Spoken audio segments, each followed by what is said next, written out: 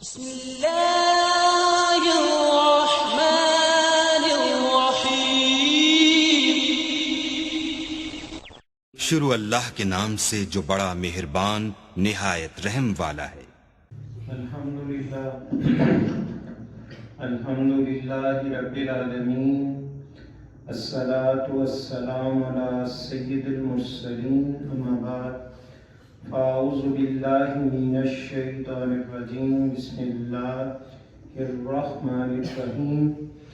قال اللہ سبحانہ وتعالی فی القرآن المجید والفرقان الحمید، فاسألوا أهل الذكر إن كنتم لا تعلمون۔ وقال الله سبحانه وتعالى في شأن حبيبه إن الله وملائكته يصلون على النبي يا أيها الذين آمنوا صلوا عليه وسلموا تسلیما۔ محبت سے درود شریف پڑھیں، اللہم صلی علی سیدنا و مولانا محمد وعلی آلہ واصحابہ سیدنا و مولانا محمد وبارک وسلم وصلوا علیہ۔ اللہ رب العزت کا بے پایہ فضل و احسان کہ اس پاک ذات نے ایک مرتبہ پھر ہمیں اپنے گھر میں بیٹھ کے اپنا ذکر کرنے، شکر کرنے اور اپنے دین متین کا علم سیکھنے سکھانے کی توفیق عطا فرمائی ہے۔ دعا ہے اللہ تعالیٰ اس علمی روحانی فکری نشست میں ہمارا بیٹھنا قبول و منظور فرمائے، اور جو علم یہاں ہم سیکھیں اللہ رب العزت آگے پہنچانے کی ہمیں توفیق مرحمت فرمائے، آمین ثم آمین۔ انشاءاللہ العزیز آج اس نشست میں ہم مختلف ایسے مسائل جو ہمیں نماز سے پہلے یا وضو کے دوران یا نماز سے متعلقہ پیش آتے ہیں، انشاءاللہ ہم بڑے سہل اور آسان طریقے سے انشاءاللہ اس پر آج گفتگو کریں گے، اور اس حوالے سے بے شمار ایسی اشکال ہیں جن کے بارے میں ہمیں پتہ نہیں ہوتا کہ اس کے کرنے سے وضو کا ٹوٹ جانا یا وضو کا ثابت نہ ہونا یہ بھی مسئلہ موجود رہتا ہے، اور دیگر ایسے مسائل جن سے نماز کے اندر کراہت پیدا ہوتی ہے یا نماز واقعی نہیں ہوتی، یعنی نماز قائم ہی نہیں ہوتی حالانکہ ہم نماز پڑھ رہے ہوتے ہیں، ان انشاءاللہ موضوعات پر بھی ہم انشاءاللہ گفتگو کریں گے۔ درود پاک پڑھیں، اللہم صلی علی سیدنا و مولانا محمد وبارک وسلم وصلوا علیہ۔ اس میں جو علماء سے سوال کیے گئے اس حوالے سے انہوں نے مختصر اس کو جمع کیا، اور بڑی خوبصورت یہ تحریر جس کو انشاءاللہ آج ہم بیان کریں گے۔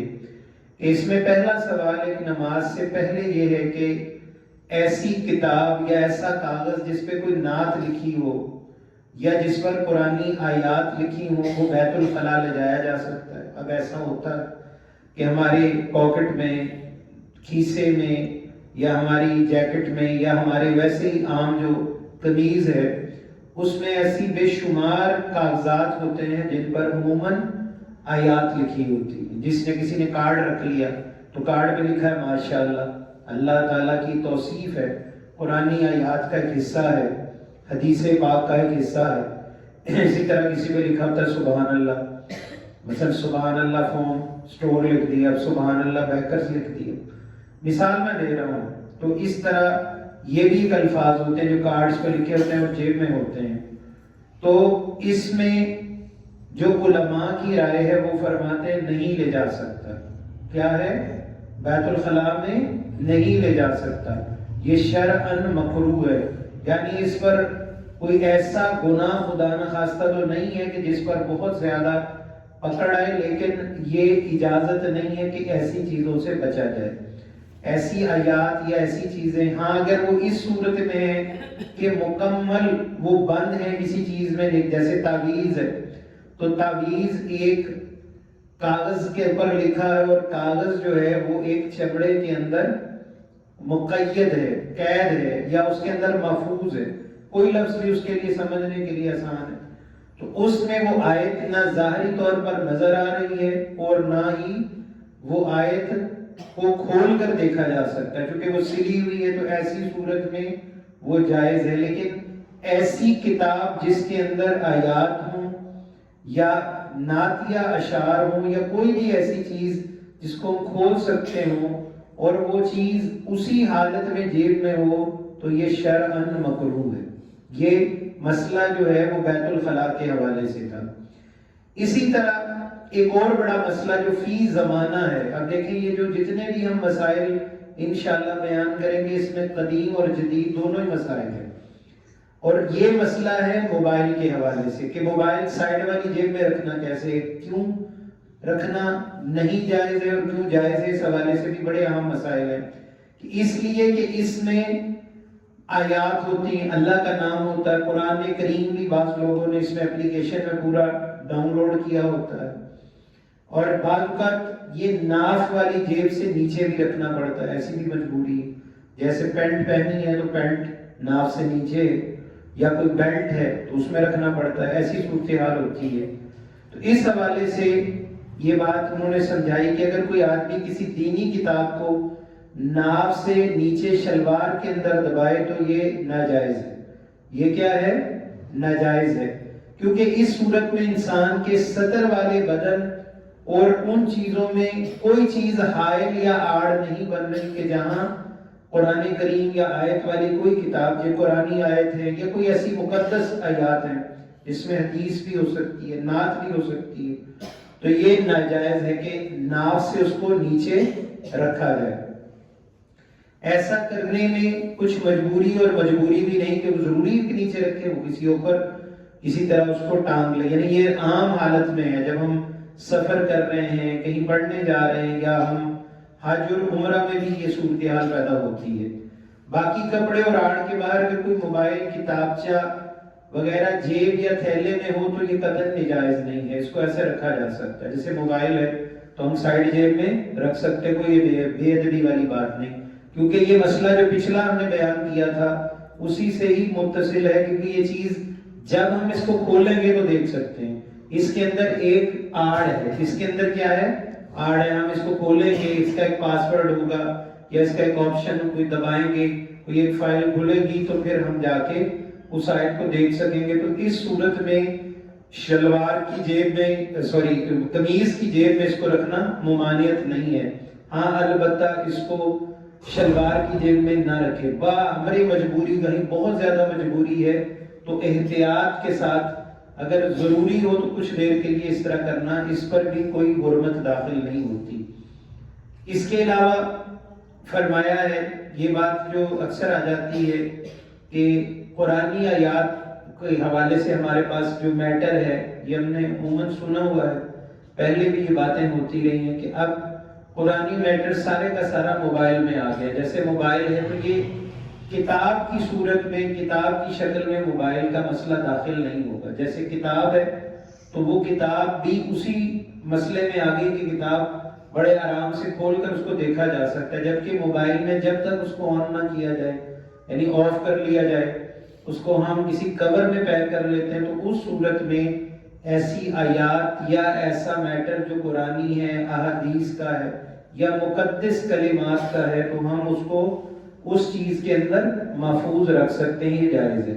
جبکہ اس کے اندر اور چیزیں بھی ہیں، گانے بھی ہیں، فلمیں بھی ہیں، لیکن چونکہ ہم نے قرآن کو محفوظ رکھا ہے اور قرآن کو دیکھنا ہی ہمارا مقصد اور ہمارا جو ارادہ ہے، تو اس میں جو باقی چیزیں ہیں اگر وہ آج خود آ گئی ہیں تو اس میں ہم مجرم نہیں ہیں، اس میں ہم گنہگار نہیں ہیں۔ اور یہ نہیں کہ ایک بندے نے فلمیں بھی رکھی ہیں اور ساتھ قرآن بھی رکھا ہے، تو یہ چیزیں جائز نہیں ہے، یہ بالکل مطلقاً حرام ہے کہ وہ دونوں چیزوں کو اکٹھا کرے، کیونکہ قرآن نے اس وضاحت کے ساتھ فرمایا کہ جہاں حق ہے وہاں باطل نہیں رہ سکتا، جہاں ایمان ہے وہاں کفر نہیں رہ سکتا۔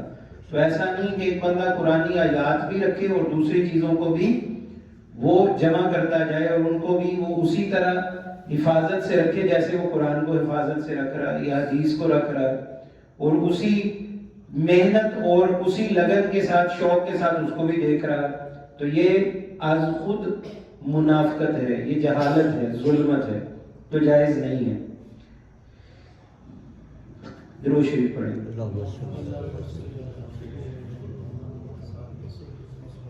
اچھا، بعض لوگوں نے یہ بھی سوال کیا اور آج بھی کرتے ہیں کہ فقہ حنفی میں جو ہم ہاتھ ناف کے اوپر یا ناف سے تھوڑا نیچے لے جاتے ہیں تو یہ مسئلہ تو وہاں بھی داخل ہوتی ہے، کیونکہ جب ناف سے نیچے جگہ چلی گئی تو یہاں علماء نے بڑی آسان جواب دیا کہ جب آپ حالت لباس میں ہیں تو ناف کے اوپر یا ناف سے نیچے ہاتھ رکھنے میں کوئی قباحت نہیں، جیسے ہم نماز میں رکھتے ہیں۔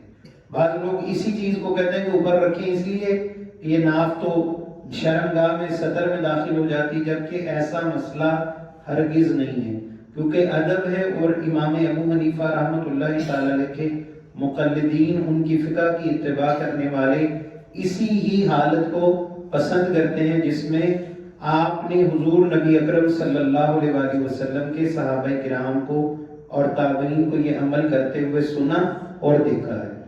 تو اس حوالے سے جب ہم ناف کے اوپر، فقہ حنفی میں یہ بھی مسئلہ سمجھ لیں کہ عورتیں ناف پر ہاتھ نہیں رکھتی، عورتیں ناف پر ہاتھ نہیں باندھتی، وہ کہاں باندھتی ہیں؟ سینے پر باندھتی ہیں، اور اس حالت میں ایسے نہیں باندھتی، وہ صرف ہاتھوں کی دونوں ہتھیلیوں کو کیا کریں گی؟ سیدھا رکھیں گی، اور کہاں رکھیں گی؟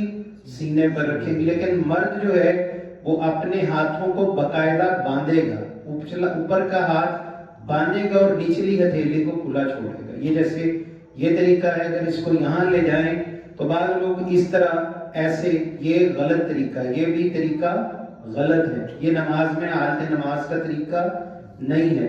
بعض لوگ ایسے بھی رکھ لیتے، یہ بھی نماز کا طریقہ غلط ہے، جبکہ اصل طریقہ یہ ہے کہ 3 انگلیاں کلائی پر، ایک چنگلی یعنی چھوٹی انگلی نیچے اور انگوٹھا اس طرح جکڑ کر کلائی کو، یہ اور نچلا ہاتھ بالکل سیدھا رکھ کر نماز پڑھنا، یہ اصل میں ادب کا اعلیٰ ترین انداز ہے۔ یہ مسئلہ بہت اہم ہے، بے شمار لوگوں کو نہیں پتا، اور پھر کئی لوگ اس میں ایسے کرتے رہتے ہیں۔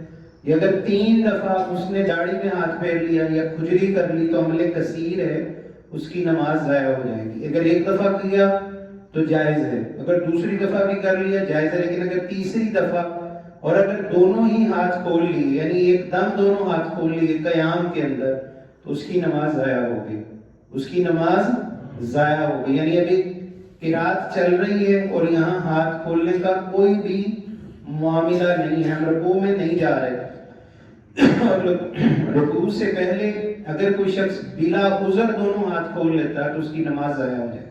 وہ نماز کا اعادہ کرے، درود شریف پڑھے، اللہم صلی اللہ علیہ وسلم مولانا محمد۔ اسی طرح 2 طرح کے پانی ہیں وضو کے، یا جو ہم غسل کرتے ہیں، یا جس طرح بھی ہم پانی کا استعمال کرتے ہیں، پانی کی 2 حالتیں، ایک وہ جو ابھی استعمال نہیں ہوئی، جیسے یہ پانی ابھی استعمال شدہ نہیں ہے، نہ اس کو پیا گیا، نہ اس سے ہاتھ دھوئے گئے، نہ ابھی اس سے کوئی برتن صاف کیا، نہ اس سے ہم نے کوئی کپڑا دھویا، تو اس کو شرعی طور پر کہتے ہیں مائع مستعمل۔ ماء میں نہ پانی، عربی میں ماء، پانی کو کیا کہتے ہیں؟ ماء۔ الماء مستعمل یعنی وہ پانی جو استعمال شدہ، غیر مستعمل جو پانی استعمال شدہ نہیں ہے، اردو میں آسانی سے سمجھ رہے ہیں، وہ پانی جو بھی استعمال نہیں ہوا، اس سے ہم وضو کریں گے، اس سے کیا کریں گے؟ ہم وضو کر سکتے ہیں، غسل کر سکتے ہیں، کپڑے دھو سکتے ہیں، ہم اس سے منہ ہاتھ دھو سکتے ہیں۔ لیکن جو پانی استعمال شدہ ہے، وہ خواہ وضو ہے، غسل ہے یا نہانا ہے، ہم اس سے کوئی بھی کام شریعت کی روح میں نہیں کر سکتے، ٹھیک ہے؟ نہ غسل کریں گے، نہ وضو کریں گے، نہ پیئیں گے، کیونکہ وہ شریعت میں اب جائز نہیں رہا، وہ مائع مستعمل ہو گیا، استعمال شدہ پانی۔ جیسے کسی نے ہاتھ دھو لیے، تو اب جو ہاتھ دھلا ہوا پانی، کیا ہم اس سے ہاتھ دھوئیں گے؟ بتائیں نا، جواب دیں۔ ہم اس سے ہاتھ نہیں دھوئیں گے۔ منہ پہ چھینٹے ماریں گے یا منہ دھو لیں گے؟ نہیں دھوئیں گے، کیونکہ یہ پانی استعمال شدہ ہے۔ اس سے کپڑے دھوئیں گے؟ بالکل نہیں دھوئیں گے۔ تو شریعت میں بھی اسی طرح مائع مستعمل، جب پانی استعمال شدہ ہو جائے تو اب اس حالت میں ہم مسجد میں بھی داخل نہیں ہو سکتے۔ سمجھیے بات کو، یعنی اتنا پانی کہ وہ استعمال شدہ پانی مسجد میں داخل ہو جائے۔ جیسے ہم وضو کر کے آتے ہیں تو بعض لوگوں کا پانی اتنا نچڑ رہا ہوتا ہے کہ وہ مسجد میں آ کے اس کو ایسے، جو تو خود نچڑ رہا ہے وہ صاف بھی کر لیا، اچھی طرح اتار لیا، لیکن کہیں ایک دو قطرے گر گئے، لیکن ہم خود آ کے اس کو ایسے داڑھی کو صاف نہیں کر سکتے. یہ مائع مستعمل ہے. یہ جو پانی ہے داڑھی کو لگا استعمال شدہ پانی ہے. تو مسجد چونکہ پاک ہے اور پاک جگہ کے اندر ہم اس پانی کو داخل نہیں کر سکتے. اس پانی کو ہم داخل نہیں کر سکتے اس لیے کہ یہ جسم کی پاکی کو یعنی یہ پاکی کے لیے استعمال شدہ پانی تھا اور اس کو ہم مسجد میں لائیں گے تو یہ جائز نہیں ہے. لیکن یہاں جو ایک چھوٹا سا مسئلہ تھا اور اس کی پیچھے آپ کو سیاق و سباق سمجھانا پڑا کہ پانی ناپاک نہیں ہے. یہ پانی ناپاک نہیں ہے لیکن مسجد میں اس پانی کو گرانا یہ از خود جہالت ہے, ظلمت ہے, منع کیا گیا. جو مسجد میں وضو کا پانی پھینکا جاتا ہے وہ خواہ ایسے آگے آپ بازو نچوڑ لیں, آپ پیروں کو نچوڑ لیں, یا آپ نے گردن کا مسح کیا تو آگے گردن کا پانی نیچے گرائیں تو یہ جائز نہیں ہے. اسی طرح داڑھی کو کنگھی کرنا تو یہ بھی مسجد سے باہر کرنا ہے. وضو خانے میں جو وضو خانے کا حصہ ہے جہاں جوتے اتارتے ہیں وہاں تک آپ یہ عمل کریں, آگے عمل یہ نہیں کیا جا سکتا. اس بات کو سمجھ لیں. اب اسی طرح ایک مسئلہ ہے اور یہ مسئلہ بڑا ہی اہم مسئلہ ہے, اس کو بڑے غور سے سمجھنا ہے. جب تک ہم یہ مسئلہ نہیں سمجھیں گے ہم غسل ہمارا یا وضو ہمارا بالکل بھی درست نہیں ہو سکتا. اور وہ مسئلہ بھی یہی ہے جو بھی ہم نے بیان کیا, لیکن اب یہ اس کی اگلی ایک صورت ہے جس سے مائع مستعمل یعنی استعمال شدہ پانی کہتے ہیں. اب اس کا طریقہ کار یہ ہے, اس میں ایک بڑا اہم سوال ہے کہ اگر ایک شخص جنبی ہے یعنی اس پر جنابت ہے, ناپاک ہو گیا, احتلام اس پر واقع ہو گیا, اس کی منی خارج ہو گئی, یا عورت ہے تو حیض اور نفاس والی عورت ہے تو اب اس کو ہم کیا کہتے ہیں جنبی یا جنبیہ جو ناپاک ہے. تو اب جو ایسا شخص ہے وہ اگر پاک پانی میں یعنی جو صاف پانی تھا اس میں اگر وہ انگلیاں ڈال لے تو اب مسئلہ یہ ہے کہ کیا وہ سارا پانی ناپاک ہو جائے گا یا وہ پانی اس سے غسل ہو سکے گا یا وضو ہو سکے گا. یہ ایک بڑا اہم مسئلہ ہے اور یہ کس صورت میں ہے جب ہمارا وہ پانی ایک جگہ جمع ہو, جیسے بالٹی ہے, حوض ہے, چھوٹا حوض ہے. اور اسی طرح یہ مسئلہ جیسے ہم عمومی طور پر ایسی جگہ میں جہاں ہم نہا رہے ہیں جہاں پر ٹب پڑا ہے, ٹب زیادہ سے زیادہ 1.5 یا 2 فٹ کا چوڑا ٹب ہوگا اور زیادہ سے زیادہ 1 فٹ گہرا ہوگا, 2 فٹ گہرا ہوگا, بہت بڑا ٹب ہوگا تو اس سے اور بالٹی کی شکل میں آ جائے گا تو 3 فٹ 2.5 فٹ کی بالٹی ہوگی. تو ایسی صورت میں اگر ہم ناپاک ہیں اور وہ پانی ٹوٹی سے آ رہا ہے, وہ پانی یا کسی بھی صورت سے ہم نے کسی کنویں سے نکالا ہے, کسی موٹر چلا کے اس سے جمع کر لیا ہے, تو اب جو جنبی شخص ہے جو حالت جنابت میں ہے وہ آ کر اس میں براہ راست ہاتھ نہیں ڈال سکتا, اور یہ بہت سارے لوگوں کو مسئلہ معلوم ہی نہیں, بڑے بڑے لوگوں کو یہ مسئلہ پتہ ہی نہیں ہے.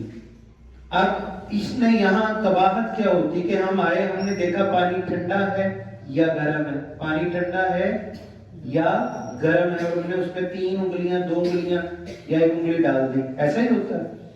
اب ہم ابھی حالت جنابت میں ہیں, اس صورتحال میں اگر یہ ہاتھ اس پانی میں چلا گیا تو ہمارا غسل نہیں ہوگا, بھلے ہم 10 دفعہ 10 بالٹیوں سے کیوں نہ نہائیں. یہ مسئلہ دوست سمجھ لیں اس کو. یہ مائع مستعمل ہے, کیا ہے, استعمال شدہ پانی ہے. اس کو کیا کہتے ہیں عربی میں, مائع مستعمل. تو سیکھیں, لازم سیکھیں اس جملے کو بھی اور اس اصطلاح کو بھی. مائع مستعمل استعمال شدہ پانی, اس سے ہمارا غسل اور وضو نہیں ہو سکتا.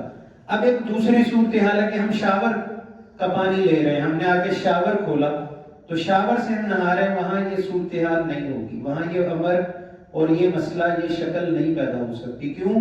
اس میں پانی آ رہا ہے, اس میں پانی کیا ہے, آ رہا ہے, تسلسل سے پانی نیچے آ رہا ہے, اور جب ہم اس پانی کو استعمال کریں گے تو وہ جو استعمال شدہ پانی ہے وہ از خود نیچے چلا گیا, اس میں کوئی مسئلہ نہیں. لیکن ٹب میں, بالٹی میں یا ایک مخصوص برتن میں جہاں پانی جاری نہیں ہے, پانی نکل نہیں رہا اور اتنا پانی اس میں داخل نہیں ہو رہا جس سے وہ پورا پانی صاف ہو جائے, تو وہ مائع مستعمل ہوگا. کیا ہوگا؟ استعمال شدہ پانی ہوگا. اب اسی طرح حضرت سیدنا امام ابو حنیفہ کے شاگرد حضرت امام ابو یوسف رحمہ اللہ سے ہے کہ صرف 1-2 انگلیوں سے پانی ناپاک نہیں ہوگا. اب یہ پورا مسئلہ ہم نے سمجھنا ہے, پورا مسئلہ سمجھ لیں. وہ فرماتے ہیں جب تک کہ پورا عضو یعنی ہاتھ ہے تو پورا نہیں چلا گیا اور پیچھے سے وہ پانی آ رہا تھا تو اس صورتحال میں وہ پانی ناپاک نہیں ہوگا، لیکن احتیاط کی بہرحال ضرورت ہے، کیونکہ اس میں یہ صورتحال ہے کہ جب ہمارے ہاں سنت کا طریقہ یہ ہے، اب اس کو آسان لفظوں میں سمجھا رہا ہوں کہ جیسے یہ ایک ٹب تھا، یہ ہم نے بھر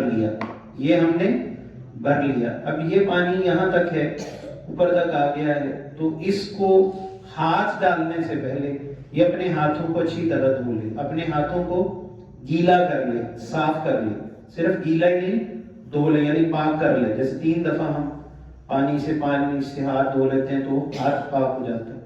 صابن اس میں شرط نہیں ہے، کوئی مٹی اس میں شرط نہیں ہے کہ مٹی سے پاک ہوگا، صابن سے ہوگا، یا کلمہ طیبہ پڑھوں گا تو پاک ہوگا، یہاں یہ بھی شرط نہیں ہے، صرف 3 دفعہ ہاتھ دھو لینے سے ہاتھ کیا ہوگا؟ پاک ہوگا۔ اب یہ بلا مطلب کسی حجاب کے اس میں ہاتھ ڈال سکتا، کوئی مسئلہ نہیں۔ اب حالانکہ اس نے ابھی پاکی حاصل نہیں کی، ابھی جنابت اس کے اوپر ہے، لیکن اب اس کا پانی بھی دیکھ سکتا ہے، اس میں ہاتھ ڈال سکتا ہے، اب اس کے لیے وہ کوئی مسئلہ نہیں ہے، کیونکہ اب اس کے ہاتھ گیلے ہیں اور پاک ہیں، پاک ہوئے تو گیلے ہو گئے، یعنی خشک ہاتھ ہی اس میں نہیں ڈالے گا جب تک کہ حالت جنابت میں ہے، جب تک ناپاکی اس کے جسم پر موجود ہے۔ اسی طرح کسی نے ناخن ڈال لیا، اب صرف اس کا ناخن لگا تو وہ اس پر بھی وہ پریشان نہ ہو، اتنا حصہ گیا ہے تو پانی اتنے حصے کا نکال لے اور باقی پانی سے وہ بآسانی نہا سکتا ہے۔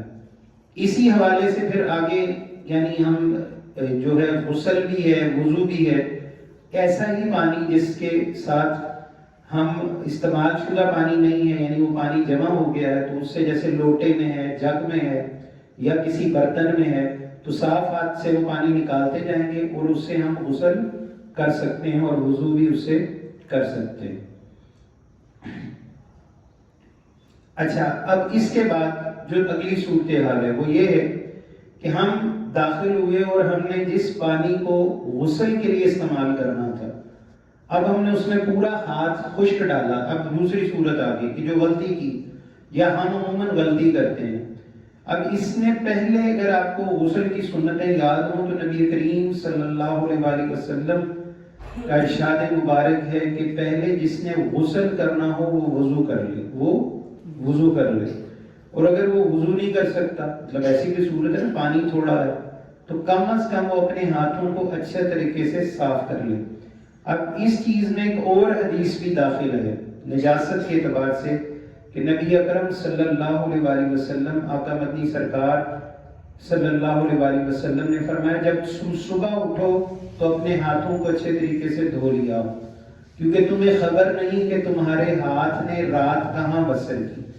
رات کو ہم کبھی نیچے اوپر بغلوں میں ادھر بھی یا ایسے اعضاء تناسل میں خارج کرتے رہے، سوئے ہوئے سے پتہ نہیں چلا اور ہاتھ ہمارا کہاں رہا، یا ہم نے کوئی ایسی پخانے والی جگہ پر خارج کی تو کوئی غلاظت لگ گئی، کوئی نجاست لگ گئی، تو اب شریعت کا اطلاق سوئے ہوئے بندے پر نہیں ہوتا، شریعت کا اطلاق سوئے ہوئے بندے پر نہیں ہوتا، کیونکہ وہ سو گیا اور آدھا مردہ، اب اس پر تو شریعت کا اطلاق نہیں، رات اس نے کیسے بسر کی، لیکن جیسے ہی وہ صبح اٹھے گا وہ سب سے پہلے اپنے ہاتھوں کو دھو لے، اپنے وہ کہے کہ میں تو رات نہا دھو کے سویا تھا تو اب صبح اٹھ کے ہاتھ دھونے کی ضرورت نہیں ہے، تو سب سے پہلے وہ اپنے ہاتھوں کو دھو لے، کیونکہ اللہ کے نبی علیہ السلام فرماتے ہیں وہ نہیں جانتا کہ رات اس کے ہاتھ نے کہاں بسر کی ہے۔ اب یہ دیکھیں کتنی حکمت کی بات ہے۔ اب اسی طرح وہ لوگ جو نجاست کے حوالے سے اس مسئلے کو جانتے ہی نہیں ہیں اور وہ نہا بھی رہے ہیں، غسل بھی کر رہے ہیں اور کہہ رہے ہیں ہم نے، وہ ان کا فقہی اعتبار سے غسل نہیں ہوا جب تک کہ ان کے ہاتھ پاک نہیں ہوں گے اور انہوں نے اس پانی کو بغیر پاکی سے چھوا اور اس سے غسل بھی کیا اور اس سے وضو بھی کر لیا۔ اسی طرح ہمارے ہاں ایک اور مسئلہ بھی ہے کہ جو شخص وضو کرتا ہے، اب وضو کی صورتحال یہ ہے کہ نبی اکرم صلی اللہ علیہ وآلہ وسلم اور آپ کا غسل اور آپ کا وضو، اس کا حالت یہ ہوتا تھا کہ جو ایک لوٹا پانی ہے، ایک لوٹا پانی ہے، تقریباً ایک سیر پانی بنتا ہے، تو نبی کریم صلی اللہ علیہ وآلہ وسلم کے بارے میں یہ آتا ہے کہ آپ 4 سیر پانی سے غسل کر لیا کرتے تھے. 4 سیر پانی سے تو یعنی 4 لوٹے کے برابر پانی، یا آپ یہاں لگا لیں تو 5-5.5 لیٹر پانی تقریباً، کیونکہ 1 لیٹر تقریباً جو ہے وہ 800 سے 900 ملی لیٹر کا ہوتا ہے، یا 1000 لگا لیں تو جو کلو پانی ہے یا 1 سیر پانی ہے اس کا وزن 1 کلو سے بھی زیادہ ہوتا ہے. تو آپ اس کو 4 کی بجائے 5 کلو پانی لگا لیں. 5 کلو کی اگر ایک آپ دودھ کی بالٹی آپ کے گھروں میں ہمارے گھروں میں ہوتی ہے، ہم سب جانتے ہیں کہ 5 کلو پانی کا کتنا وزن ہے، 5 کلو پانی کی مقدار کتنی ہوتی ہے. نبی اکرم صلی اللہ علیہ وآلہ وسلم اسی سے غسل فرما لیا کرتے تھے. اب یہ بات ایک بڑی اہم ہے کہ ہم جب غسل کرتے ہیں تو میرا خیال اتنا پانی تو شاید ہم کلی میں بہا دیتے ہیں، ایسے ہی منہ دھونے میں اور ہاتھ دھونے میں بہا دیتے ہیں. تو پانی کا ضیاع بھی جہالت ہے، پانی کا ضیاع بھی جہالت ہے، ظلمت، اسراف ہے، فضول خرچی ہے. نبی کریم صلی اللہ علیہ وآلہ وسلم نے جو طریقہ کار ہمیں دیا زمانے میں، اس زمانے میں تو پانی کی بہت تنگی تھی، اور پانی کی تو آج بھی یہی حالت ہے. اگر آپ دیکھیں تو ہمارے تو علاقوں میں الحمدللہ نعمت ہے، لیکن بڑے شہروں میں آپ کو اس قدر پانی کم ملے گا پینے کے لیے، نہانے کے لیے، کہ جس کا کوئی حال نہیں. ابھی ہم کراچی گئے ہیں تو وہاں اندازہ کریں کہ پانی تھوڑی دیر کے بعد پانی ختم ہو جاتا تھا، پانی آ نہیں رہا. پھر میٹھے پانی کا ملنا تو انتہائی نایاب ہے، اور پینے کا پانی اس سے بھی نایاب ہے. تو اصل چیز یہ ہے کہ جو شخص اللہ کی نعمت کو اس طرح استعمال کرتا ہے جیسے کرنے کا حکم ہے تو اس پر بھی اس کو اجر دیا جاتا ہے. اب فقہ نے یہ بھی لکھا کہ ایک شخص دریا میں یا نہر میں نہا رہا ہے تو فرمایا وہ بھی پاگل پن نہ کرے کہ سارا دن ہی نہاتا رہے اور کہے کہ جناب میں نے غسل کرنا تھا تو نہر میں تو کوئی مسئلہ نہیں. فرمایا یہ بھی جہالت ہے، یہ بھی اسراف ہے. اتنا ہی نہائے جتنا اس کو نہانے کی ضرورت ہے، اس کی تسکین ہو جائے. جیسے سردی لگ رہی ہے تو گرم پانی سے نہایا، اب سردی چلی گئی. تھکن تھی، تھکن نہا لیا، تھکن اتر گئی، اب واپس باہر نکل آئے. یا گرمی لگ رہی تھی، ٹھنڈے پانی سے نہایا تو گرمی چلی گئی. اب جس قدر پانی کی ضرورت ہے اتنی ہی دیر وہ غسل کرے. اور نبی اکرم صلی اللہ علیہ وآلہ وسلم نے یہ بھی تعلیم دی کہ بیت الخلاء میں زیادہ وقت ضائع نہ کریں. کچھ لوگوں کو نفسیاتی مسئلہ بھی ہوتا ہے کہ آدھا گھنٹہ بیٹھے رہتے ہیں، کبھی میں پاک نہیں ہوا، یا شاید ابھی پانی اور بہاؤں تو پاکی ملے گی. تو یہ بھی ایک نفسیاتی مرض ہے، یہ بھی ایک نفسیاتی مسئلہ ہے. اسی لیے حضور علیہ السلام نے فرمایا کہ کھاؤ، قرآن نے بھی کہا کھاؤ پیو اور اسراف نہ کرو. ان اللہ لا يحب المسرفین، بے شک اللہ فضول خرچی کرنے والوں کو پسند نہیں کرتا. بلا وجہ چیزیں خرید رہا ہے، بلا وجہ چیزوں کو جو استعمال میں بھی نہیں آ رہی جمع کر رہا ہے، بلا وجہ کھانا 1 روٹی ہے اور 10 روٹیاں لے آیا ہے، پینا 1 گلاس ہے اور 10 گلاس پانی کبھی گرا رہا ہے، کبھی جناب اس کو اوپر نیچے دھو رہا ہے. تو یہ بھی سوائے جہالت کے اور کچھ نہیں ہے، سوائے جہالت کے اور کچھ نہیں ہے. نبی اکرم صلی اللہ علیہ وآلہ وسلم نے فرمایا قیامت کے دن جب اللہ تم سے تمہاری نعمتوں کے بارے میں پوچھے گا جو تمہیں عطا کی گئی، کہ جو نعمتیں تھیں، یہ بات ہم گھر میں بھی تربیت کے طور پر بچوں کو سمجھائیں. یعنی برش پیسٹ کرتے ہوئے، دانت صاف کرتے ہوئے، منہ دھوتے ہوئے، ایک بندہ ٹوٹی کھول کے بیٹھ گیا یا وضو کرتے ہوئے وضو خانے میں، تو وہ 50 بندوں کے جتنا پانی اکیلا بندہ ضائع کر رہا ہے. جتنے پانی سے 50 چلے، 50 نہیں تو 25 بندے وضو کر سکتے ہیں، وہ اکیلا ہی اسے وضو کرنے میں ضائع کر رہا ہے. تو اس سے وضو بجائے اس کے فائدے کے اس کو تو الٹا نقصان ہے کہ اس کو تعلیم ہی نہیں. اس نے اپنے وضو میں پہلی چیز جس کی احتیاط کی وہ اللہ کے نبی علیہ السلام کی سنت کے احتیاط سے پانی کا استعمال، محتاط. اور بتلایا گیا کہ کتنے پانی سے وضو ہو سکتا ہے. اگر آپ کو کبھی موقع ملا ہو، پرانے لوگ بہت اچھی طرح جانتے ہیں کہ پہلے لوگ لوٹے میں وضو کیا کرتے تھے، لوٹے کے پانی سے. اب یہاں ایک اور مسئلہ بھی آ گیا لوٹے کا، وہ بھی بیان کرتے ہیں کہ کچھ لوگ آج ان کو کہیں گے لوٹے سے وضو کر لو، وہ کہیں گے اللہ استغفر اللہ، یہ لوٹا تو باتھ روم کی چیز ہے، یہ تو بیت الخلاء کی چیز ہے. تو یہ بھی جہالت ہے، یہ بھی جہالت ہے. اسی وضو سے ہم استنجا کر سکتے ہیں جو شریعت میں پاک ہے. جو شریعت میں اگر لوٹا پاک نہیں رہا تو آپ کو وہ پاک نہیں کر سکتا. یہ سمجھ رہے ہیں بات کو وہ لوٹا بھی ایک برتن ہے، تو ہم چونکہ ہمارے ہاں وہ باتھ روم میں پڑا رہتا ہے، کبھی ادھر گرتا ہے کبھی ادھر گرتا ہے، تو ہم سمجھتے ہیں کہ ناپاک ہے۔ اگر وہ ناپاک واقعی ہو گیا یا اس کی حالت ہے تو پھر اس سے استنجا بھی نہیں ہو سکتا، لیکن جس چیز سے استنجا ہو سکتا ہے اس سے آپ کا وضو بھی ہو سکتا ہے، اس سے غسل بھی کر سکتے ہیں۔ یہ مسئلہ سمجھیں۔ تو لوٹا، ایک لوٹا جو ہے اس سے تقریباً اس پانی سے بآسانی وضو ہو سکتا ہے۔ پرانے لوگ اسی طرح کرتے تھے۔ درود پاک پڑھیں، اللہم صلی علی سیدنا مولانا محمد وعلی آلہ وصحبہ سیدنا مولانا محمد وبارک وسلم وصلوا علیہ۔ اسی طرح نبی اکرم صلی اللہ علیہ وآلہ وسلم کی جو شریعت ہے اس میں جو ہمارے ائمہ اربع ہیں، اور ائمہ اربع میں خصوصاً امام ابو حنیفہ رحمۃ اللہ تعالی علیہ ہیں، تو اس میں یہ فرمایا گیا کہ نصف عضو، یعنی اگر آدھا ہاتھ پانی میں داخل ہو جائے تو اس کے دھونے کی فرضیت ساقط ہو جاتی۔ اب یہ جو پانی اس نے اگر ہاتھ صاف نہیں تھا، انگلی ڈل گئی تو اس سے وہ پانی ناپاک نہیں ہوا، تھوڑا ایک پور یا دو پور چلی گئی، لیکن اگر آدھا ہاتھ پانی میں پورا چلا گیا تو اب جو ہے وہ اب دھونے کی فرضیت ساقط۔ اب کیا کرے گا؟ اب اس پورے پانی کو ضائع کرنا پڑے گا، اس سے غسل نہیں ہو سکتا، کہ اس لیے کہ اس کا ہاتھ صاف نہیں تھا۔ اب ہم اپنی ایمانداری سے سوچیں، کبھی ہم نے غسل کرتے ہوئے اس مسئلے کو غور سے سمجھا، کبھی دیکھا، کبھی اس پر عمل کیا؟ اور اگر ہمارا غسل ہی درست نہیں ہوگا تو ہماری نمازیں، جمعہ، دیگر چیزیں کہاں سے درست ہو سکتی ہیں؟ اب دوسری صورتحال آ گئی، جیسے میں نے پہلے بتایا تھا شاور، یعنی ہم ایک ٹوٹی سے نہا رہے ہیں، اس میں بھی یہی مسئلہ ہے، اس میں بھی یہی مسئلہ، لیکن پانی کے جمع کرنے کا مسئلہ نہیں ہے۔ اس میں بھی پہلے آپ کو اپنے ہاتھوں کو اچھی طرح سے دھونا پڑے گا۔ کیا کرنا پڑے گا؟ دھونا پڑے گا، یعنی ہاتھ پاک ہونے چاہیے، تب جا کے آپ فرض جو ہے غسل کا پہلا فرض کیا تھا؟ صابن، تولیہ، کیا تھا پہلا فرض؟ کلی کرنا۔ کلی نہیں کرنا بلکہ غرارہ کرنا۔ کلی کب کرنا؟ جب حالت روزہ میں ہوں گے، حالت صیام میں ہوں گے، کلی اس وقت ہوگی۔ اور جب ہم جمعے کے لیے غسل کریں یا ویسے پاکی کے لیے غسل کریں گے، فرض غسل ہے، واجب غسل ہے، سنت ہے، مستحب کوئی بھی غسل ہے، تو اس میں جب بھی ہم مرد کرے گا یا عورت کرے گی وہ غرارہ کرے گا۔ کیا کرے گا؟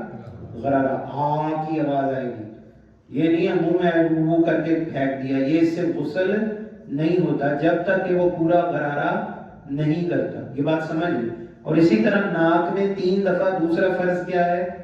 پانی چڑھانا نرم ہڈی تک، یہاں تک پانی جائے، یعنی تھوڑا پکڑے، ہلکا سا کھینچے اور نکال دے، اور چھینکلی انگلی سے ناک کو صاف کرے، ایسے نہیں کہ ڈال رہا ہے نکال رہا ہے، صاف بھی کرے، تاکہ اگر کوئی غلاظت، مٹی، کوئی دھول، کیڑا، کوئی بھی چیز ہے وہ ناک اس سے، کیونکہ مسئلہ تو مقصد تو یہی ہے نا، ہم جھاڑو کیوں لگاتے ہیں کہ کمرے سے مٹی نکل جائے، اور اگر مٹی نہیں نکلی تو پھر فائدہ کیا ہوا؟ تو اسی طرح ناک کو بھی اسی طرح صاف کیا 3 دفعہ۔ اور آخری جو فرض ہے وہ کیا تھا؟ مسح کرنا فرض کا۔ جو غسل کا آخری فرض کیا ہے؟ پورے جسم پر 1 دفعہ پانی بہانا۔ اب نبی اکرم صلی اللہ علیہ وآلہ وسلم سے پوچھا، یا نبی اللہ اس کا کیا مقصد ہے؟ اس کا کیا مقصد ہے؟ اب بڑی دیکھیں صحابہ کرام نے حق ادا کیا رضوان اللہ علیہ اجمعین نے۔ تو اللہ کے نبی علیہ السلام نے فرمایا، نجاست جب مومن پر لاگو ہو جاتی، جیسے جنبی ہو گیا، احتلام ہو گیا، یا بیوی کے قریب گیا، یا بیوی مرد کے قریب گئی، تو اس حالت میں ناپاکی آ گئی۔ اب ہر بال کے نیچے نبی پاک صلی اللہ علیہ وسلم فرماتے ہیں نجاست چھپی ہوئی ہوتی ہے۔ جدید سائنس، جب میڈیکل سائنس کا عروج تھا، یعنی تحقیق کا ابتدائی زمانہ، اب تو بہت وقت گزر گیا، اب تو سائنس بہت آگے چل گئی، جب ابتدائی وقت تھا تو عیسائیوں نے اور یہودیوں نے اس پر بڑی تحقیق کی کہ اس کی وجہ کیا ہے۔ تو انہوں نے نتیجہ یہ نکالا کہ ہر بال کے نیچے ایک گندگی کا جراثیم ہے جو انسان کے اندر سے نکل کر باہر آتا ہے۔ جب تک اس کو جسم سے نہ نکالا جائے یا دھویا نہ جائے تو غلاظت اور گندگی کے اثار ختم نہیں ہوتے۔ اور قربان جائیں 1450 سال پہلے نبی پاک صلی اللہ علیہ وسلم نے ہمیں غسل کرنے کا حکم دیا۔ اچھا، عربی میں ہم جب پڑھتے تھے تو شیطان جو ہے، ہمارے ہاں ایک لفظ ہے ہر بندہ جانتا ہے، عیسائی کو بھی پتا ہے، یہودی کو، ہندو کو بھی پتا ہے شیطان کس کو کہتے ہیں۔ تو اس کی جو واحد ہے وہ شتن ہے، قرآن میں بھی ہے شتن، اور اس سے جمع کیا ہے؟ شیطان۔ تو جب جراثیم کا جہاں جب لفظ نکالا جاتا ہے تو عربی میں اس کا نام شتن نکلتا ہے۔ جہاں بھی جراثیم، انگلش میں ہم جرمز کہتے ہیں، اردو میں جراثیم کہتے ہیں۔ ایک عام سا سادہ دیہاتی بندہ بھی اس کو چوٹ لگ جائے وہ کہتا ہے جناب فوراً جو ہے وہ پینسلین کا ٹیکا لگوائیں، فوراً کیا کریں؟ ٹیکا لگوائیں، جی یہ میرے یہاں پر زخم آ گیا تو جراثیم لگ گئے، ٹھیک ہے۔ خدا نہ خواستہ اسی طرح کسی کو ٹی بی کا مسئلہ تو کہتے ہیں یار یہ ٹی بی والا بندہ تھوڑا دور رہے کیونکہ اس کے جراثیم مجھے متاثر کر رہے ہیں۔ اسی طرح بے شمار اور بھی مرض ہیں، خارش کے جراثیم ہیں، اسی طرح دمے کا مسئلہ ہے، اس کے بھی جراثیم ہوتے ہیں، بہت ساری اور امراض بھی ہیں جن کے مسائل میں پیچھے پورا کا پورا، اور کوئی بھی مرض ہے تو اس میں جراثیم تو ہے ہی نہیں۔ تو عربی میں جہاں بھی اس کا ایک نام نکلتا تو شتن نکلتا، تو اس کا مطلب ہے کہ جراثیم جو برے جراثیم ہے وہ بھی شیطان کی ایک صورت ہے، جس کے بارے میں نبی اکرم صلی اللہ علیہ وآلہ وسلم نے واضح طور پر فرمایا کہ ہر بال کے نیچے شیطان چھپا ہے، ہر بال کے نیچے شیطان۔ جب مومن غسل کرتا ہے تو وہ ان شیطانوں سے پاک ہو جاتا ہے، نجات مل جاتی ہے۔ تو قربان جائیں غسل میں اتنی اہمیت ہے۔ اچھا، اس میں ایک اور مسئلہ بھی ہے، وہ بھی ہم سمجھتے جائیں انشاءاللہ العزیز تاکہ یہ بات پوری مکمل ہو جائے، کہ اگر کسی شخص نے از خود یعنی جان بوجھ کر اچانک جو ہے وہ ایک تو ارادتاً ہے اور ایک اچانک اس کی انگلی پانی میں چلی گئی، یعنی ایک برتن ہے جس سے مائع مستعمل ابھی نہیں ہے، غیر مستعمل ہے، اور اب وہ مائع مستعمل ہو گیا، اچانک اس میں انگلی ڈل گئی۔ تو یہاں بھی فقہا نے یہی فرمایا ہے کہ اس حوالے سے کوئی فرق پڑا، تو وہ کہتے ہیں کوئی فرق نہیں پڑا، اگر اچانک کسی پانی میں انگلی لگ گئی ہے تو پھر اب اس میں کوئی فرق نہیں ہے، سوائے اس کے کہ احتیاط سے غسل کر لے اور احتیاط سے اس کو استعمال کر لے۔ اچانک کسی برتن میں انگلی کا ڈل جانا تو اس پر یہ امر جو ہے وہ لاگو نہیں ہوگا۔ اس کے علاوہ بہت سارے اور بھی علماء ہیں جو اس پر بے حد سختی کرتے ہیں، یعنی کہ پانی کا آپ کا پاک ہونا بڑا ضروری ہے۔ اب عموماً ہم یہ کہتے ہیں نہر کا پانی پاک ہے، اور ایسا ہی ہے جو بہتا پانی ہے وہ پاک ہے، لیکن نہر ہی پاک نہ رہے تو پانی کیسے پاک رہے گا؟ یعنی وہ پانی پاک ہے جس پر گندگی غالب نہیں ہے، جس پر گندگی غالب نہیں ہے۔ جیسے نہر ہے، تھوڑی گندگی بھی شامل ہو گئی، کسی جانور نے پیشاب کر دیا، کسی انسان کا پیشاب شامل، لیکن پانی اتنا آ رہا ہے جا رہا ہے تو اس میں گندگی نہیں ہے کیونکہ وہ غالب نہیں ہے۔ لیکن اگر گندگی زیادہ ہے اور پانی کم ہے، پانی نظر ہی نہیں آ رہا، ساری گندگی نظر آ رہی، جیسے ہماری نہریں کوڑا بھی ڈال رہے ہیں، گٹر بھی ڈال رہے ہیں، تو اس صورت میں وہ نہر بھی پاکی نہیں میسر کرے گی، اس کا پانی اب پاک نہیں رہا، اسے ہم نہیں نہا سکتے۔ اسی طرح دریا بھی ہے، لیکن سمندر کا پانی بہرحال پاک ہے، اور وہاں جہاں بالکل وہ صاف نظر آتا ہے، تو سمندر اتنا بڑا ہے کہ اس پر گندگی غالب نہیں آ سکتی، لیکن اگر ساحل کے قریب گندگی ہے تو وہاں نہ نہائے، کوئی اور جگہ دیکھ لے، اور اگر وہ جگہ بھی پاک نہیں ہے تو پھر پاک جگہ، صاف جگہ ڈھونڈے، اور کچھ بھی نہیں مل رہا تو پھر وہ امر مجبوری کیا کرے گا؟ تیمم کرے گا۔ کیا کرے گا؟ تیمم کرے گا، وہ صورت میں کہ جب پانی ہی پاک میسر نہیں ہے، اور اگر تھوڑا سا بھی اس میں یعنی ایک شبہ ہے کہ پانی میں تھوڑی ناپاکی ہے اور زیادہ پاک ہے تو اس سے وہ نہا سکتا ہے، اس کی نماز ہو جائے گی۔ اسی طرح آئندہ بھی یعنی دو یا ایک انگلی سے دیکھ لینے سے اس میں نجاست داخل نہیں ہو سکتی، لیکن احتیاط ملحوظ خاطر رکھے کہ اگر اس کے ہاتھ پر ہی گندگی زیادہ تھی تو اب اس پانی کو چھوڑ کر وہ دوبارہ پانی بہا لے اور اس کو استعمال کر لے، یا پھر یہ بھی ایک بات ہے کہ اتنا بڑا ٹب کہ اس میں پانی آ رہا ہے اور پانی نکلتا بھی جا رہا ہے، تو اس صورت میں یہ مسئلہ نہیں ہوگا، اس صورت میں یہ مسئلہ نہیں ہوگا کہ ایک طرف سے پانی آ رہا ہے دوسری طرف سے پانی نکل رہا ہے، تو اگر ایک دو انگلیاں یا آدھا ہاتھ اس میں داخل ہو گیا تو یہاں یہ مسئلہ نہیں ہے، لیکن احتیاط بہرحال ضروری ہے۔ درود شریف پڑھیں، اللہم صلی علی سیدنا مولانا محمد۔ اب ایک اور مسئلہ جو کپڑوں کے حوالے سے ہے کہ ایک شخص نماز پڑھ رہا ہے، اس کو بعد میں پتا چلا کہ اس کے کپڑے پاک نہیں تھے، اس کے کپڑے خود وہ پاک تھا، خود وہ یعنی غسل کر کے اس نے یا نجاست دور کر چکا تھا، اب اس پر کوئی نجاست نہیں ہے لیکن کپڑے پاک نہیں تھے، تو اس میں جواب کیا ہے کہ کیا ایسی شخص کی نماز ہوگی یا نہیں ہوگی؟ اب اس میں دو قسم کے مسائل ہیں، دو قسم کی نجاستیں ہیں، اور یہ بھی ہمیں یاد رکھنا ہے۔ جیسے ہم نے آج ایک لفظ یاد کیا مائع مستعمل اور مائع غیر مستعمل، یعنی یہ جو پانی ابھی بوتل میں ہے یہ مائع مستعمل ہے یا غیر مستعمل؟ مائع بولے نہیں غیر مستعمل، مستعمل یعنی استعمال شدہ، ٹھیک ہو گیا؟ کوئی بھی ہم رومال ہے ہم نے استعمال کر لیا تو وہ کیا ہوگا؟ مستعمل ہو گیا، عربی کا لفظ ہے۔ ہم نے کوئی کپڑا پہن لیا تو مستعمل ہو گیا، ہم نے کوئی برتن استعمال میں آ گیا تو وہ مستعمل، اور جب تک اس کو استعمال نہیں کیا تو وہ کیا ہوگا؟ غیر مستعمل ہوگا۔ تو یہ ہمیں آنا چاہیے۔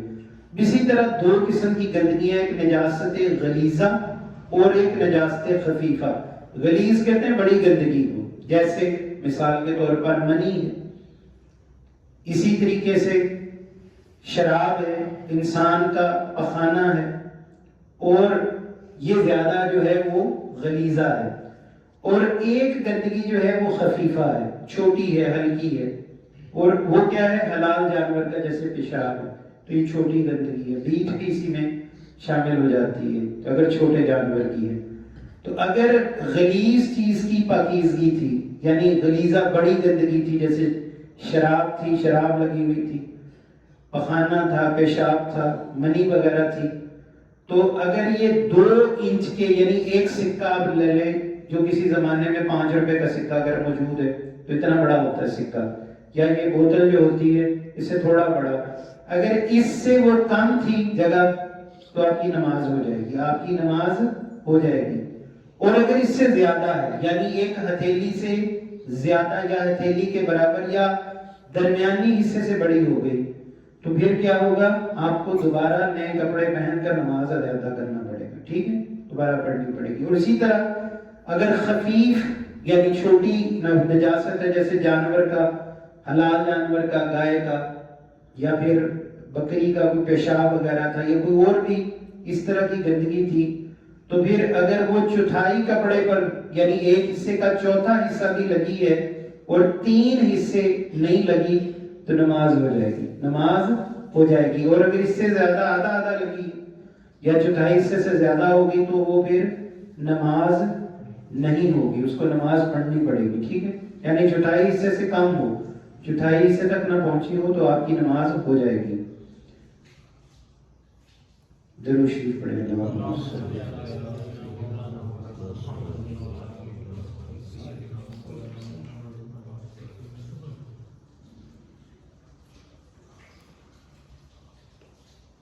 اب جو ہے نا وہ ایک مسئلہ بڑا اہم ہے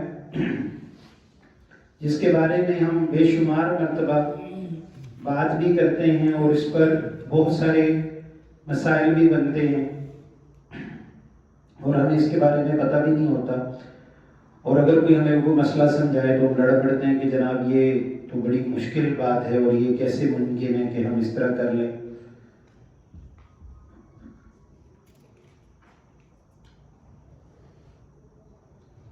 ایک مسافر ہے یا ہم ہی سفر کر رہے ہیں، اور سفر کے دوران عموماً یہ ہوتا ہے کہ ہمیں بہت ساری جگہوں پر قبلے کی جگہ معلوم نہیں ہوتی، ایسے ہی ہے۔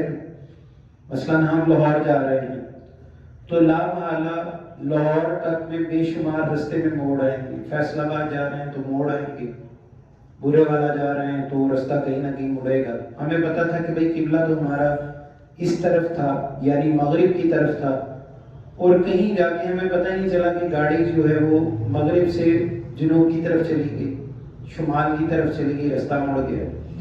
تو اب اس حوالے سے کیا حکم ہے کہ ایک بندہ کہیں ایسی جگہ پہنچ گیا کہ جہاں پہ اس کو بتانے والا ہی نہیں، کہیں پتہ ہی نہیں چل رہا، صحرا ہے، زندگی میں ایسا ہو جاتا ہے۔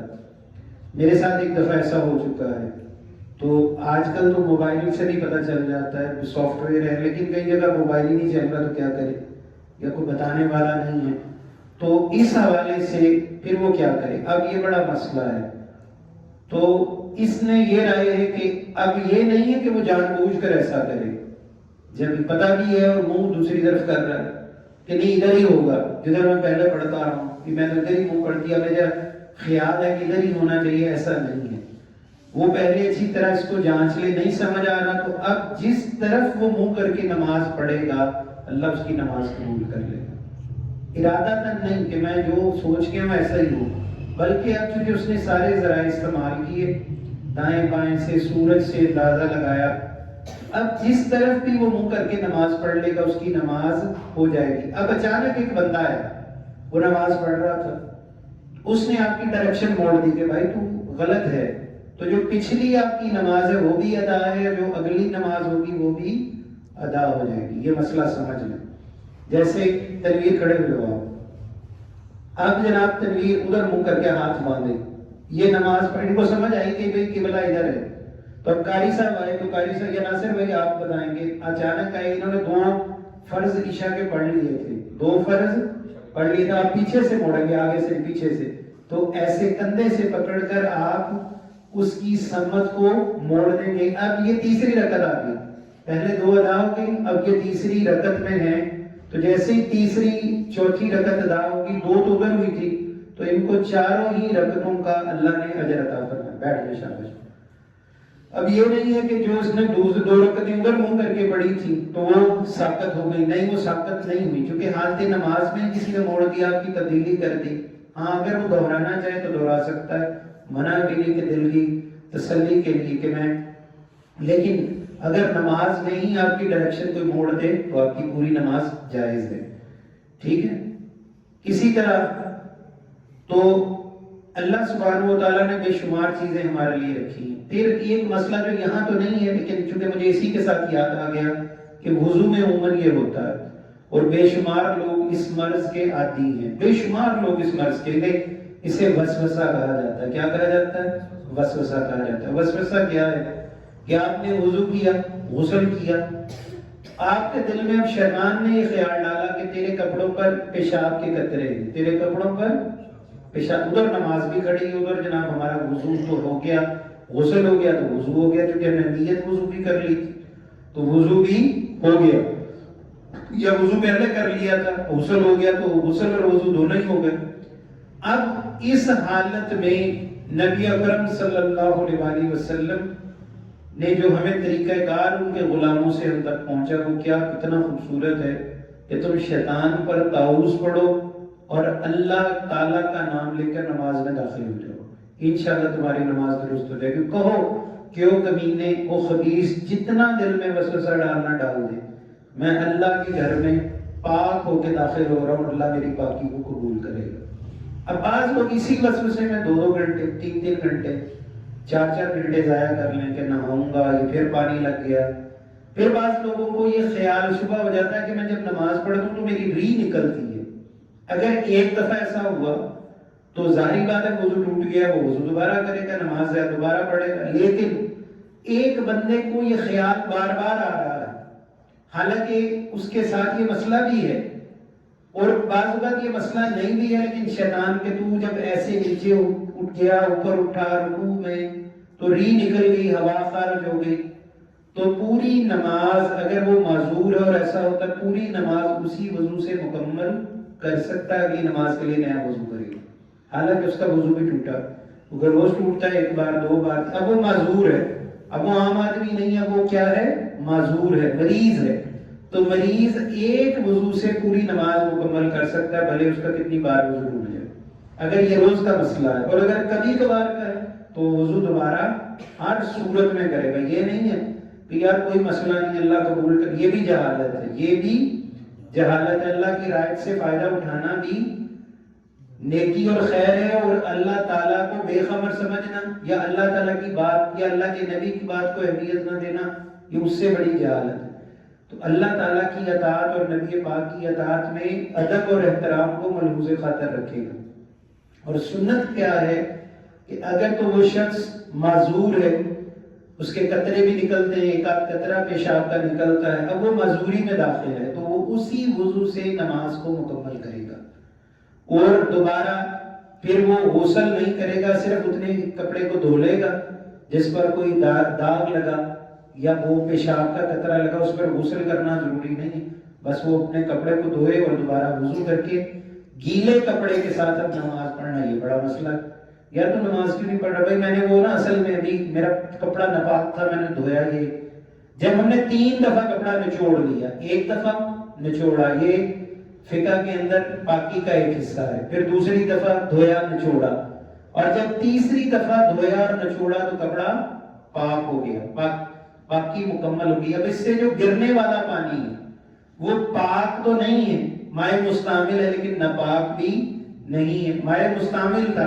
استعمال شدہ پانی نا، ہم نے ایسے دھویا اور نچوڑا، وہ جتنا زور سے ہم نچوڑ سکتے تھے نچڑ گیا، پھر ہم نے دوسری بار دھویا نچوڑا، تیسری بار، تو اب وہ کپڑا پاک ہو گیا، اب وہ کپڑا کیا ہو گیا، لیکن کپڑا سوکھا نہیں ہے۔ مسئلہ جناب اب تو یہ بڑا بن گیا، یہ سوکھے گا تو اس کا مطلب ہے پہلے وہ کسی دھوپ میں کھڑا رہے یا پھر واشنگ مشین میں، نہیں، کوئی کپڑا سکھانے کی ضرورت نہیں، اب کپڑا پاک ہے، اسی ہی کپڑے کے گیلے پن میں آپ نماز پڑھ سکتے ہیں، بھلے وہ سر پر بھی لگ گیا، بھلے وہ قالین پر بھی لگ گیا، یا جس کپڑے پر بھی آپ نے پڑھا وہ لگ گیا۔ اسی طرح نبی اکرم صلی اللہ علیہ وآلہ وسلم کی ایک صحابیہ تھی، انہوں نے سوال پوچھا، یا نبی اللہ جس کپڑے میں ہمیں حیض آ جائے اس کپڑے کا کیا کریں؟ اللہ کے نبی نے فرمایا بس دھو لو، پاک کر لو، وہ کپڑا پاک ہے، اس کو جس مرضی استعمال کر لو، تو وہ تمہارے لیے جائز ہے، وہ تمہارے لیے کیا ہے؟ جائز ہے۔ ہمارے نبی علیہ السلام نے کتنی سہولتیں ہمیں، اور ہم کہیں نہیں جی میں تو بھی اس طرح پاک نہیں جس طرح ہونا چاہیے، اس طرح پاک نہیں ہونا جس طرح ہم چاہتے ہیں، بلکہ اس طرح پاکی حاصل کرنی جیسے اللہ اور نبی پاک قرآن اور حدیث ہمیں پاک رکھنے کا حکم دے رہا ہے۔ اسی طرح ایک برتن ہے، اس کو ہم نے دھو لیا، وہ پاک ہو گیا، اب اس میں ناپاکی کا شائبہ کرنا یہ جہالت ہے کہ میں اس کو ایسے ایسے دھوؤں گا، ایسے ایسے کو دھونے کا کوئی حکم نہیں۔ جیسے کسی نے پانی پیا، ہمارے لوگ 1 گلاس پانی پیتے ہیں، 1 گلاس اس کو صاف کرنے کا اس کو کوئی حکم نہیں، ایک نے پانی پیا دوسرا اس میں بالکل بلا کراہت پانی پی سکتا ہے، یہ جائز ہے، یہ بالکل جائز ہے۔ شادیوں میں تو سارے لوگ کر لیتے ہیں، پتہ ہوتا ہے کہ اگر میں نے دھونے میں وقت ضائع کیا تو مٹن اور چکن اور شوارما اور برگر یہ کیا ہے، میری بریانی ختم ہو جائے گی، اس وقت کوئی ناپاکی۔ اور جب جناب کہیں بیٹھے ہیں تو پھر بڑے نخرے ہیں، تو نخرہ کرنا اسلام میں جائز نہیں ہے۔ مومن کا جھوٹا پاک ہے، مومن کا جھوٹا، اس کا سالن بھی، اس کی روٹی بھی، اس کا پانی بھی۔ اور میں جہاں اللہ کے ولی کے دربار ہوتے ہیں، مزارات ہیں یا خانقاہیں ہیں، وہاں لنگر میں یہی چیز کی تربیت ہوتی ہے کہ سب ایک ہی برتن میں کھائیں گے اور ایک ہی برتن میں جتنے برتن میسر ہیں اسی کو استعمال کریں گے، نیا برتن نہیں آئے گا۔ ایسے ہی تو یہ بات بھی ہماری سمجھ میں آ جانی چاہیے۔ اب انشاءاللہ آخری بات کر رہا ہوں، آخری طرف بڑھ رہا ہوں کہ نماز میں موبائل کی گھنٹی بند کرنا، کہ بند کر دی جائے، اور اگر ایک ہاتھ سے، یعنی یہ تو بہت اچھی بات ہے پہلے بند کر دی جائے، اور اگر بند نہ ہو سکے بھول گئے تو کیا ہم موبائل نکال کر بند کر سکتے ہیں؟ تو علماء کہتے ہیں کہ اگر ایک ہاتھ سے موبائل بند کر سکتا ہے تو کرے، دونوں نہیں استعمال کرے گا، دونوں استعمال ہاتھ کرے گا تو پہلے کیا بتایا تھا؟ عمل کثیر، نماز فاسد ہو جائے گی۔ یعنی ایسے نہیں کہ اس نے ایسے موبائل نکالا، ایسے دیکھا، ایسے نہیں کر سکتا۔ اگر ایک ہاتھ سے ایسے بند کر کے اس نے جیب میں ڈال دیا تو اس کی نماز فاسد نہیں ہوگی، اس کی نماز فاسد نہیں ہوگی۔ اگر دونوں ہاتھوں سے کیا تو نماز فاسد ہو جائے گی۔ اچھا، یہ بھی ایک مسئلہ ہے جو ہماری جو یہ سلسلہ نقشبند کے کالم نے یہ کتاب لکھی، بلکہ فقیر ہے جنہوں نے لکھی ہے، اور ہمارے سلسلے کے ہیں، حضرت پیر پٹھا صاحب رحمۃ اللہ کے خلفاء میں سے ہیں، تو ان پر یہ سوال کیا گیا کہ خانقاہوں میں، یعنی سلسلہ نقشبند کی خانقاہوں میں عصر نماز کیوں تاخیر سے پڑھی جاتی؟ حالانکہ ہمارے ہاں نہیں پڑھی جاتی کراچی میں، لیکن جتنی ہماری قدیم الحمدللہ خانقاہیں ہیں ان کا طریقہ یہی ہے کہ وہ عصر کی نماز مغرب سے صرف 20 منٹ پہلے پڑھاتے ہیں۔ کتنی دیر؟ تو یہ ہمارے یہ جو مسئلہ ہے یہ آج خود بزرگوں سے نہیں آیا، بلکہ امام ابو حنیفہ رحمۃ اللہ کے مسلک میں نماز عصر دیر سے پڑھنا مستحب ہے۔ انہوں نے حکم نہیں دیا کیسے کرو، یہ ان کا معمول تھا کہ وہ دیر سے پڑھا کرتے تھے. اور آپ کے اگر علم میں ہو تو حضرت امام ابو حنیفہ بھی سلسلہ نقشبند میں داخل ہے، کیونکہ امام جعفر صادق کے آپ مرید بھی ہیں، شاگرد ہیں، تلمیذ خاص ہیں، تو آپ کا بھی وہی سلسلہ تھا. تو اسی لیے امام ابو حنیفہ کی پیروی میں نماز عصر کو تاخیر سے پڑھنا یہ ہمارا ہاں سلسلہ نقشبند میں یا فقراء میں الحمدللہ رائج ہے. یہ رائج ہے، فقراء پڑھتے ہیں ایسے، اور پوری دنیا میں کئی جگہوں پہ ایسا ہوتا ہے. سندھ میں تو ہم نے بے شمار، بلوچستان میں گیا تو الحمدللہ ہم نے وہاں بھی دیکھا کہ وہاں بھی تاخیر سے اتنی دیر بس نماز کے لیے ہوتی، جیسے ہی چاروں فرض پورے پڑھتے ہیں، کیونکہ اس کے بعد سنتے نہیں پڑھنی ہوتی، نوافل جائز نہیں ہے، تو ٹائم اتنا دیا جاتا ہے کہ جیسے ہی دعا ہوتی ہے تو بس 1 یا 2 یا 4 منٹ کے بعد جناب اللہ اکبر مغرب کی اذان شروع. اور عصر اور مغرب عموماً لوگ اکٹھی ہی قریب وقت میں، اور عرب کے ہاں بھی، عرب میں بھی اس طرح کر لیتے ہیں لوگ، عرب میں بھی قریب وقت میں 2 نمازیں پڑھ لیتے ہیں. لیکن یہ چونکہ رائج عمل نہیں ہے ہر جگہ، تو اس کے لیے اس کی کوئی تعلیم نہیں ہم دے رہے، لیکن ہمارے یہاں سلسلے میں یہ پڑھنا جو ہے وہ مستحب عمل ہے. اسی کے ساتھ ایک اور مسئلہ بس بیان کر کے بات ختم کریں گے. اگر نماز میں کسی شخص کی ٹوپی گر گئی تو وہ سر پہ رکھ سکتا ہے؟ وہ بالکل رکھ سکتا ہے. اگر ایک ہاتھ سے رکھے تو جائز ہے، اور اگر نہیں رکھ سکتا تو چھوڑ دے. ایک ہاتھ سے اگر وہ ٹوپی یا دستار گر جائے تو رکھ سکتا ہے، اور اگر کوئی رکھنا چاہے تو بھی رکھ سکتا ہے. کوئی رکھ دے تو ایسا بھی کر سکتا ہے. اس کی نماز میں کوئی تعطل پیدا نہ ہو یا کوئی نماز میں اس کے حرج پیدا نہ کرے تو یہ کر سکتا ہے. لیکن اگر گر گئی ہے اور ایک ہاتھ سے اٹھائی جا سکتی ہے، رکھی جا سکتی ہے تو کر لے، ورنہ چھوڑ دے.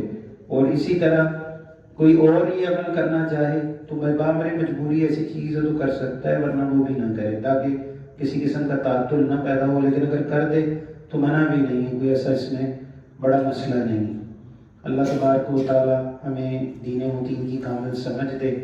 اللہ ہماری نمازوں کو پاک فرمائے، اور اللہ ہمیں اپنی حضور علیہ السلام کی شریعت میں صحیح طور پر جو ہے مکمل عمل کی توفیق دے، اور غسل، وضو اور نجاست کے مسائل میں اسی طرح سمجھنے کی توفیق دے جیسے سمجھنے کا حق ہے. وما علینا الا البلاغ.